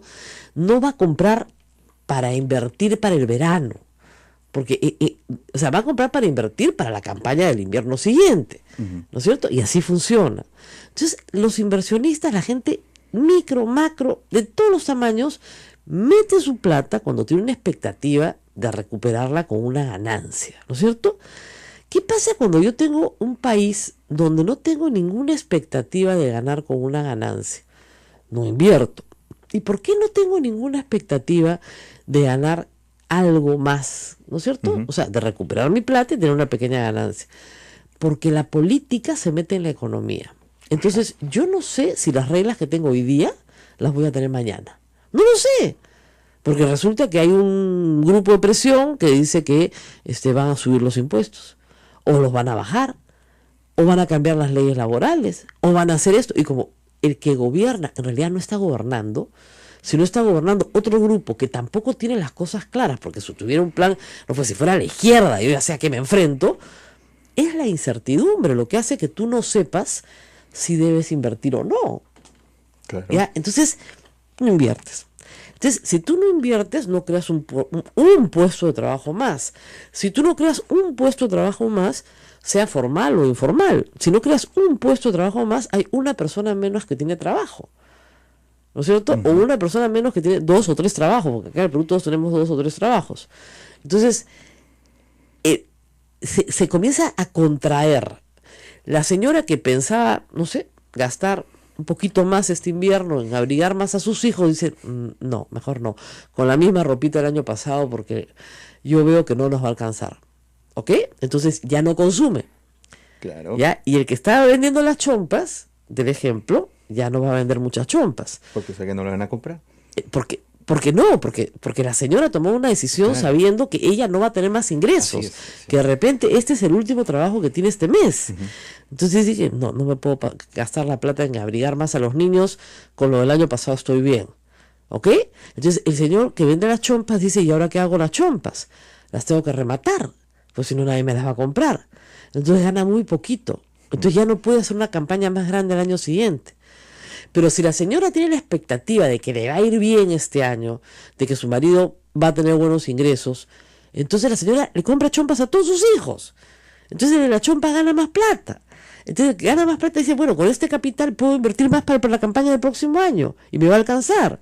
Entonces los círculos virtuosos se producen por millones de pequeñas decisiones de consumo, millones de pequeñas decisiones de inversión que se convierten en grandes, inmensas decisiones de inversión.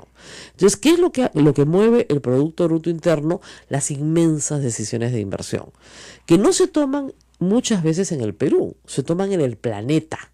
O sea, una empresa en China se asocia con una empresa en Australia y deciden invertir en América Latina y comparan Chile y Perú. Y dicen dónde se cumple mejor la ley. Todos los indicadores dicen que en Chile. Bueno, entonces haremos la inversión en Chile. Y ¡pac! Quedamos descartados de la mesa. ¿No? Entonces, ese es el problema. ¿Ustedes creen que Keiko Fujimori no sabe esto? Por supuesto que lo sabe. Esa fue la herencia de su padre en 1990. Un país que no era elegible para créditos internacionales, un país que era un paria frente a todos los organismos de préstamo. Eso fue lo que le damos a Alan García primero. Entonces, por supuesto que lo sabe. Y sabe que su padre reconvirtió eso para poner al Perú, y demoró muchísimos años que el Perú sea más o menos serio en política económica, porque fue constante. Así es. ¿Ya? Entonces, al ser constante, bueno, por ejemplo, Ollantumala no tuvo los precios de los minerales que tuvo Alan García, pero la economía, a pesar de estar estancada, no paró de crecer. Y no paró de crecer más que todo el resto de Latinoamérica. ¿Ya? Y lo que se dejó en caja para inversiones en el Perú, creo que es 8.000 millones de soles, que están trabados porque el Estado no puede gastar, porque no hay un funcionario que firme. Se mueren de miedo. El que firma termina preso. Vizcarra tiene un proceso penal por renegociar un contrato. Un proceso penal por renegociar un contrato que no se ha visto. ¿Ya? Entonces nadie quiere firmar nada. Y tienes que sacar cualquier cantidad de contratos nuevos que están aguantados, de infraestructura, grandes, el aeropuerto, Jorge Chávez. Todos los que han viajado y que me escuchan en los últimos meses se han quedado sentados en el avión, regresando de provincias o antes de salir de provincias. Media hora, 35 minutos, 40 minutos, 1 hora, porque no hay espacio en la pista. Ya no hay espacio en la pista de aterrizaje en Lima. Se tiene que hacer urgentemente la segunda pista. Tema que se planeó el 2001. Estamos en 2017, no tenemos segunda pista. ¿Ya? Entonces, ¿por qué? Por 1000 problemas. Entre ellos la propiedad, la posesión, la expropiación, la entrega de los terrenos, las tuberías de gas, en fin.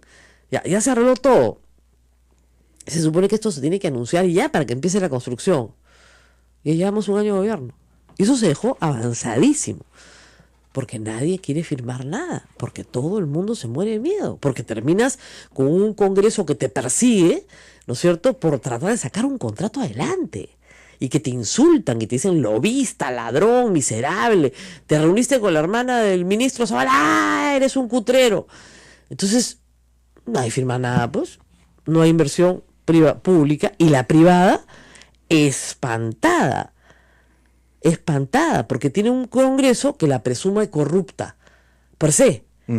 Entonces, ¿cómo diablos va a crecer un país cuando tienes un Congreso que presume toda la inversión corrupta, sea privada o pública? Que me expliquen. Y que persigue parecida más a la de su madre, con un 2% de grasa, ya 2.5% de grasa es bien alto, ¿ya? ¿Qué haces con la grasa que sobra? Mantequilla. Y queso. Claro. ¿Ya? Entonces se desgrasa la leche y se homogeniza, porque además de cada porongo que se recoge, la grasa no es igual. Claro, pues porque hay una vaquita que es más grasosa y la otra comió más pastito, no es igual. Y porque hay que decirlo también, el ganadero también le mete su poquito de agua, porque todos queremos ganar en el camino, ¿no es cierto? Entonces, no todo es igual. ¿Cómo se mide la grasa? Porongo por porongo. Porongo por porongo en laboratorio, todos los días.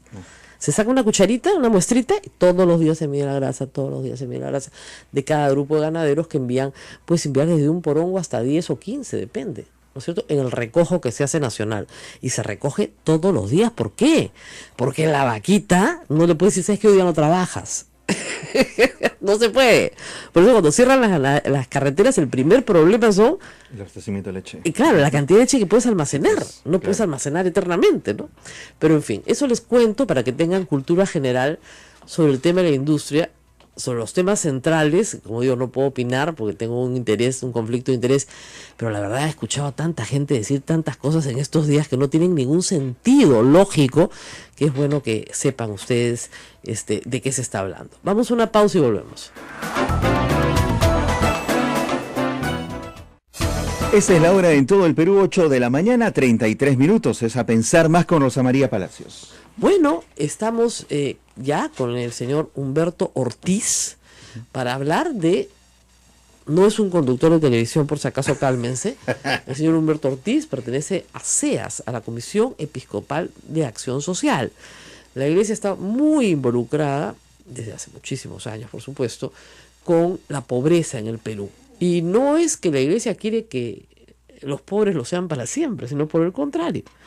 Quiere que las personas progresen, salgan, ¿no es cierto?, de una situación de vulnerabilidad que en el Perú es muy grande aún.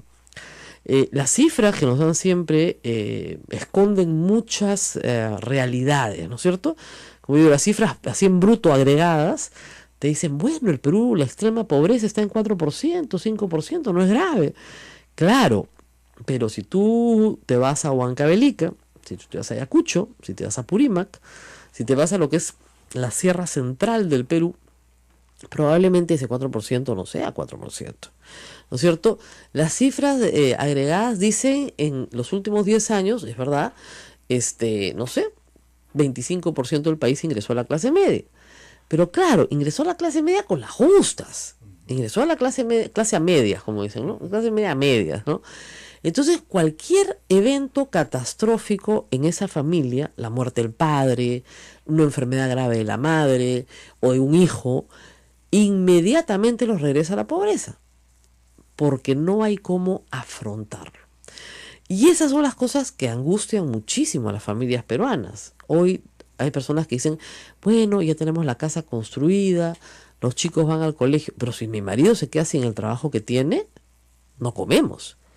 ¿Se dan cuenta ustedes? Entonces, esa angustia, por supuesto ustedes dirán, pues esa angustia es universal y hay que ponerse en las manos de la divina providencia, que yo siempre me pongo en ella, no es que no la esté negando, pero genera pues angustia, ¿no es cierto? Sobre todo cuando uno ve que la política de su país no le indica a dónde van. O sea, ¿vamos a hacer esta carretera o no la vamos a hacer? ¿Se va a abrir esta fábrica? No se va a abrir. ¿Este colegio se va a construir y va a requerir mano de obra o no? ¿Va a haber más construcción civil o no va a haber más construcción civil?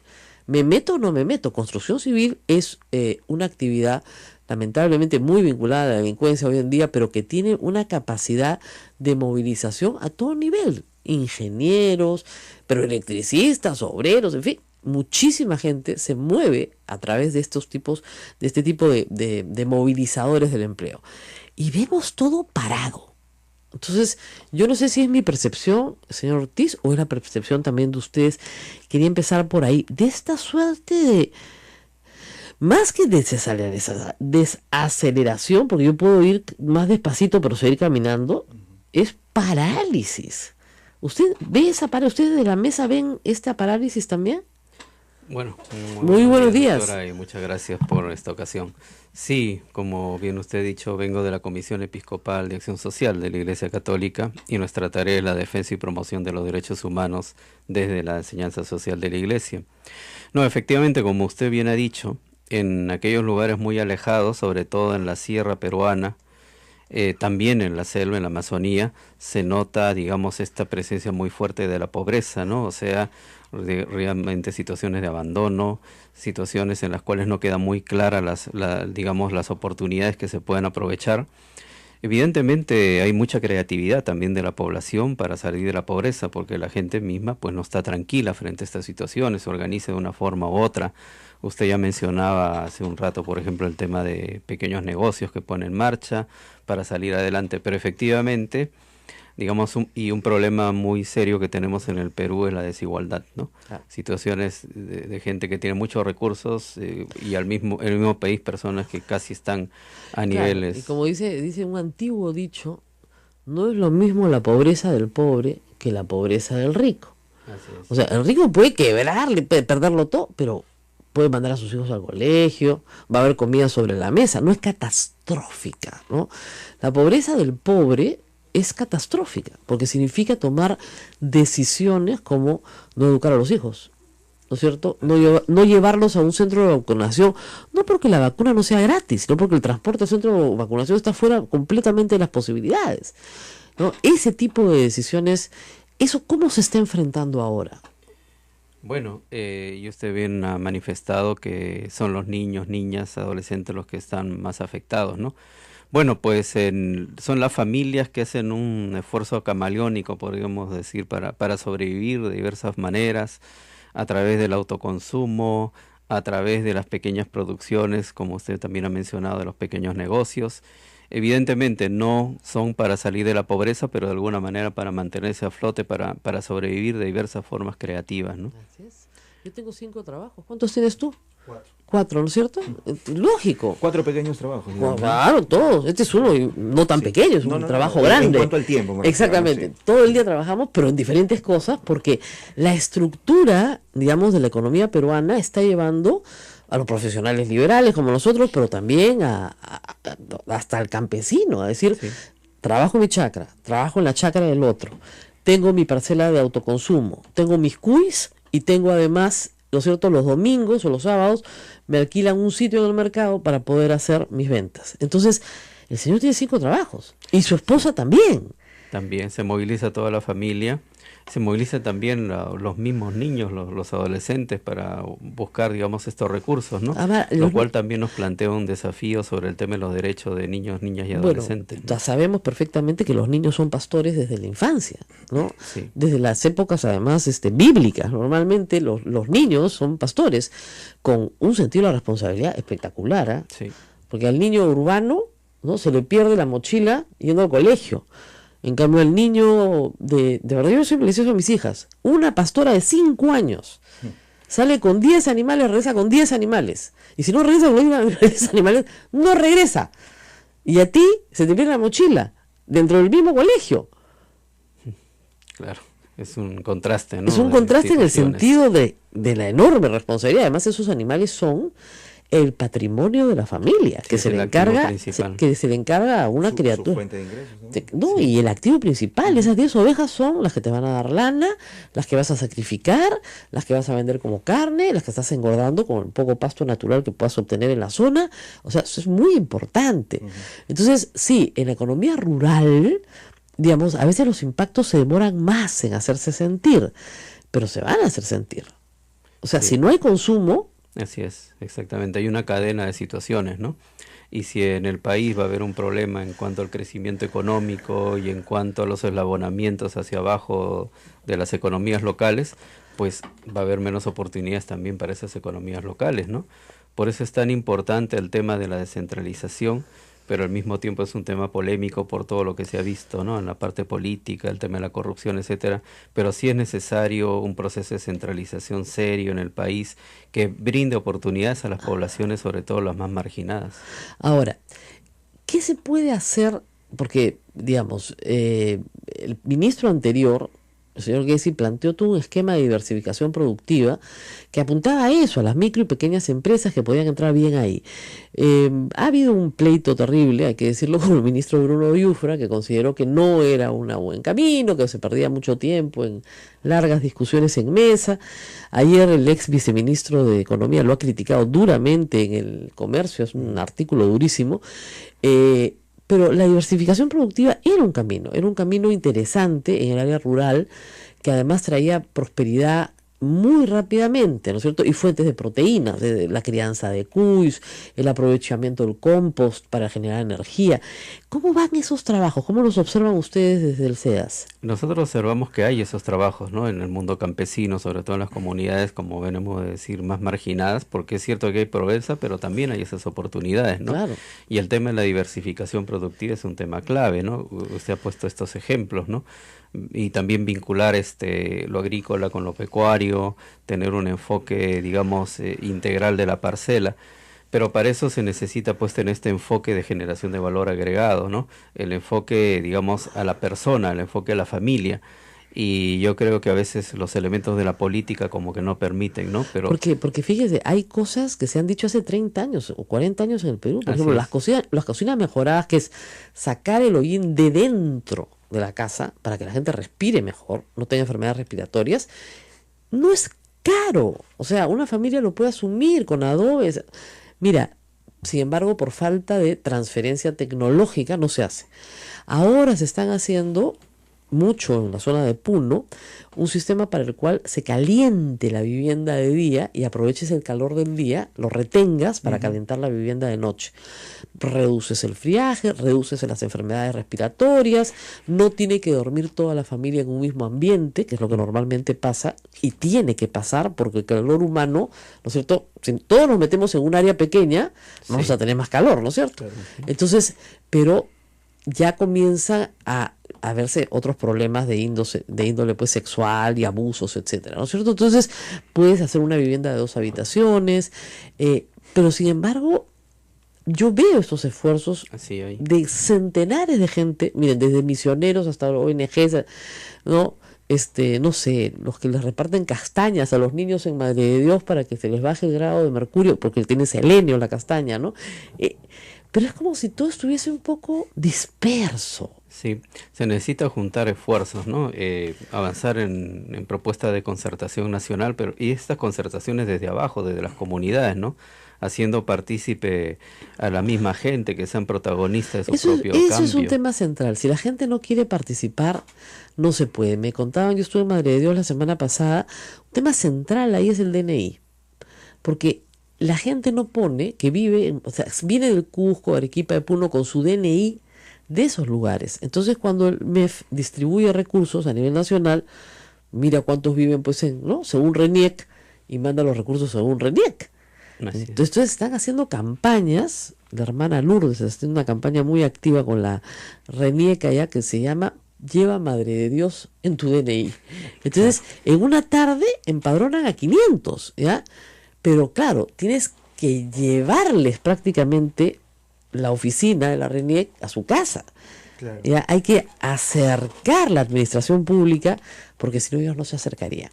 Efectivamente, ahí hay que cambiar, o sea, hay varios temas de cambio cultural que están saliendo, que no lo estamos comentando explícitamente, pero tiene que ver con estos cambios culturales, cambio de percepciones, ¿no? Y viendo también cómo la gente lo viene haciendo. Pero también desde el punto de vista de los servidores, ¿no? Hay que pasar del enfoque de funcionario público al enfoque de servidor público, ¿no? Entonces, si el servidor se siente así, o sea que efectivamente un servidor de la comunidad, de la gente, de ver estas iniciativas que pueden tener, digamos, un futuro promisorio, entonces esa es la perspectiva que hay que cambiar. Y digamos, si cambiamos ese enfoque de funcionario al de servidor, también los temas de corrupción se van combatiendo y eso podría permitir generar nuevas oportunidades. Claro, ahora, es verdad que corrupción hay en todos los niveles, Pero la corrupción que realmente molesta, ¿no es cierto?, es la corrupción que tiene que ver con la prestación de un servicio directo por el Estado. Por ejemplo, si tú sabes que a tu hijo le toca por derecho ser vacunado, no te puede indignar más que el que te tiene que poner la vacuna te pida algo. ¿No es cierto? Si tú sabes que a tu hijo por derecho le toca ir al colegio nacional, no te puede molestar más que el maestro o el director te pidan algo, ¿no?, fuera de lo que debe pedirse. Entonces sí hay una frustración muy grande en todo el Perú con estos temas, que yo creo que también vienen de una herencia que este gobierno tampoco resuelve, que es la herencia de la corrupción, ¿verdad? Sí. Y obviamente nos molesta más pues que el gobernador sea un requete sinvergüenza y que todo el mundo le conozca sus propiedades en el pueblo y que nadie pueda decir nada, y sus negocios y sus amarres. Y también nos revienta, ¿no es cierto?, con una gran frustración nacional, que tú te mates trabajando mientras que veas, por ejemplo, que el otro hace negocios sin pagar impuestos, ¿no? No paga nada, nunca la ciudad no molesta, la pasa bomba, perfecto, o que en el Poder Judicial no le pasa nada. La impunidad molesta muchísimo. Sí, por eso es tan importante la participación ciudadana, ¿no? Claro. Y todos los esfuerzos que se hagan del lado educativo, del lado de la promoción, para que pueda haber una fiscalización y propuestas, ¿no? Y valorar las propuestas de la misma gente, porque la misma gente también tiene las propuestas, pero a veces falta esa capacidad de escucha, ¿no? Ese es el tema. Vamos a hacer una pausa y regresamos para ver, estamos hablando sobre el presente, pero quiero ver qué nos dice el señor Humberto Ortiz sobre el futuro, ¿no? No le pido que saque la bola de cristal, ni que sea vidente, ¿no es cierto?, ni como que Santa Rosa tenía visiones, no. Lo que quiero que me diga realmente qué es lo que va a pasar, porque fíjese, mucha gente dice, ¿invierto o no invierto? ¿Mando a hacer la chompa o no mando a hacer la chompa? ¿No? ¿Junto la lana o no junto la lana? ¿Cómo hago? Y esa es la angustia, ¿no? ¿Hago mis quesos o no hago mis quesos? ¿Se venderán? No se venderán, ¿no? Entonces, vamos a la pausa y regresamos con eso. Es a pensar más con Rosa María Palacios.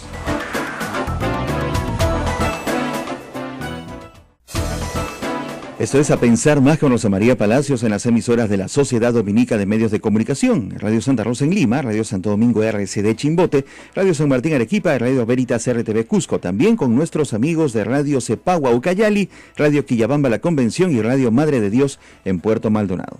Y también me dicen desde Piura, obviamente, ministros, por esa razón. Esa es la explicación. Entonces, cuando a todos les duele el bolsillo, ya saben a quién culpar. Vamos a la pausa y volvemos. Esto es A Pensar Más con Rosa María Palacios. Sodomco, Sociedad Dominica de Medios de Comunicación. 8 de la mañana, 20 minutos. Esto es A Pensar Más con Rosa María Palacios. Continuamos. Bueno, yo he dicho varias veces que no puedo hablar del tema de pura vida porque tengo un conflicto de interés. Pero ya hay cosas que me ponen pues impaciente, y esto no tiene nada que ver lo que voy a explicar con un conflicto comercial, sino simple y llanamente cosas de sentido común histórico, que creo que la gente debería saber, ¿ah?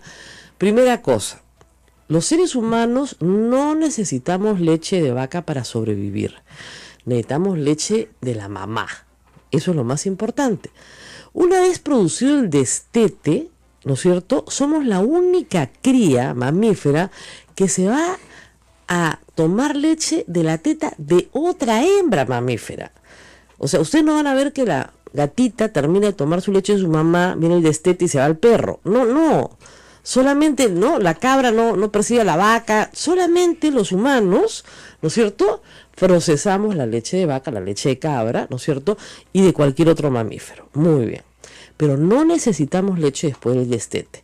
En la mayoría de los casos, las hembras mamíferas son las que le dan alimentación a sus recién nacidos.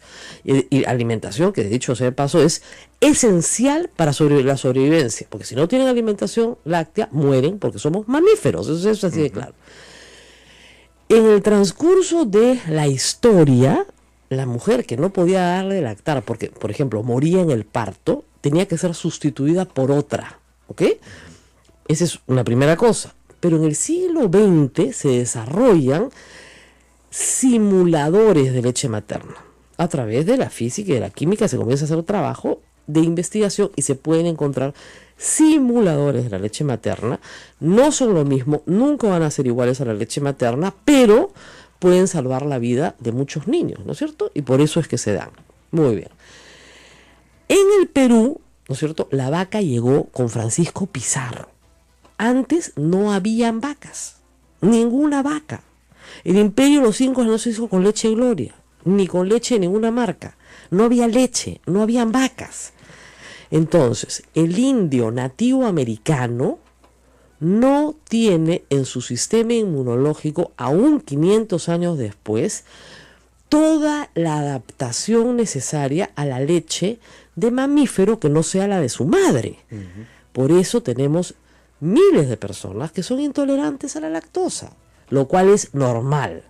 Los europeos y aquellos que vinieron de Europa a América no desarrollan esa intolerancia, pero el indio nativo americano sí la tiene, lo cual es normal.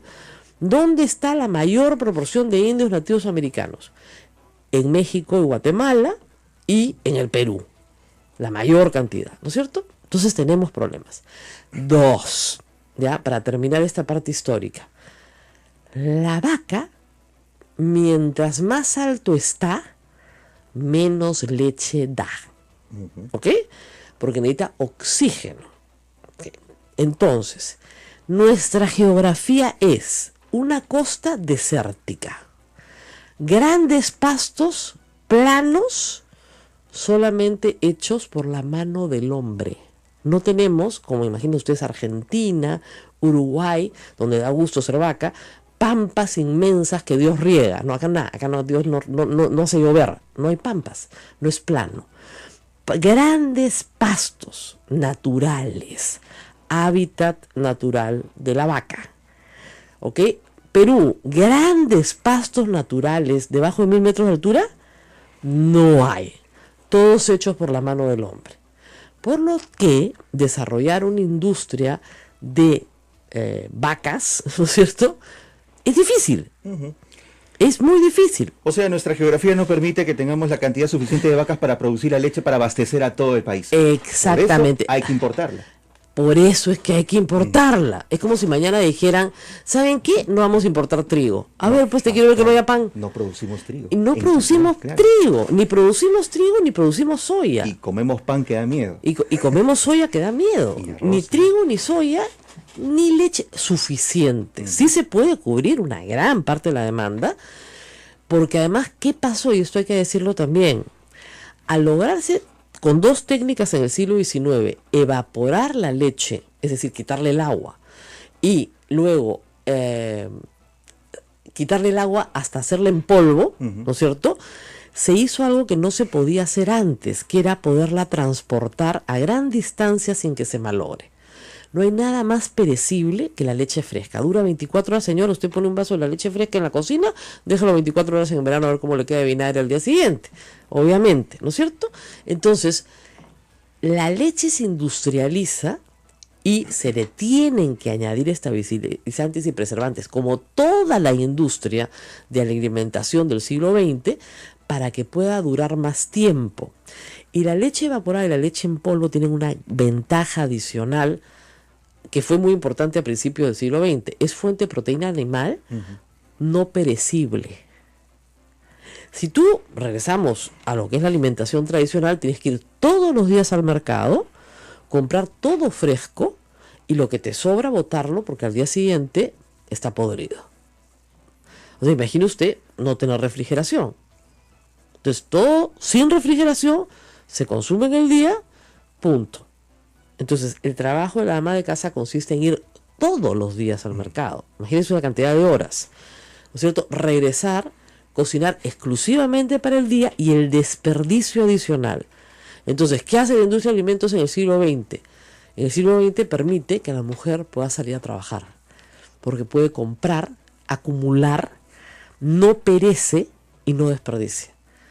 Sin embargo, eso tiene un costo, claro que sí, en preservantes, estabilizantes y una gran lucha entre la industria de las ciencias alimentarias, que es una carrera, y organizaciones como la Food and Drug Administration y otras en el mundo que discuten cuáles de estos preservantes, colorantes, estabilizadores, emulsionantes, etcétera, son aptos para el consumo humano o no. Esa es la gran pelea. y hay muchos que han sido descartados, que se usaron antes, ¿no es cierto? Tintes, por ejemplo, que no son usados el día de hoy, etcétera, y otros que sí. Entonces, hay también, por cierto, grandes estudios para poder poner en el mercado un producto alimenticio, porque lo que se tiene que probar es que no es tóxico para el consumo humano, ¿no es cierto? Incluso ustedes saben que hay enfermedades que se desarrollan, por ejemplo, a partir de la industria de las conservas, el botulismo. Entonces, es muy importante educarnos todos sobre una industria que trae beneficios y también tiene peligros si es que no sabes usarlo. Entonces ya saben por qué no pueden haber tantas vacas pues en el Perú. Y les digo, encima de los 1000 metros, la vaca en Puno da 3 litros de leche. Y además por otra cuestión de costumbre. A los humanos nos gusta la leche con menos grasa de la que la vaca da, dependiendo de la raza. O sea, hay vacas que dan leche con grasa al 3.5 hasta 4% de grasa. Es muchísimo para el ser humano. El ser humano tolera una leche. La Sociedad Dominica de Medios de Comunicación, Sodomco, presenta A Pensar Más con Rosa María Palacios.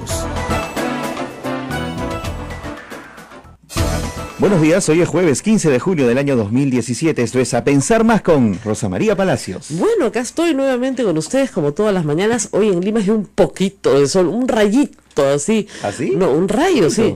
Así es. Que no haga calor nomás es todo. No, te prometo, no hay calor. O sea, lo que sucede es que efectivamente tenemos un poquito más, como dice el Sename, de brillo solar. Sí.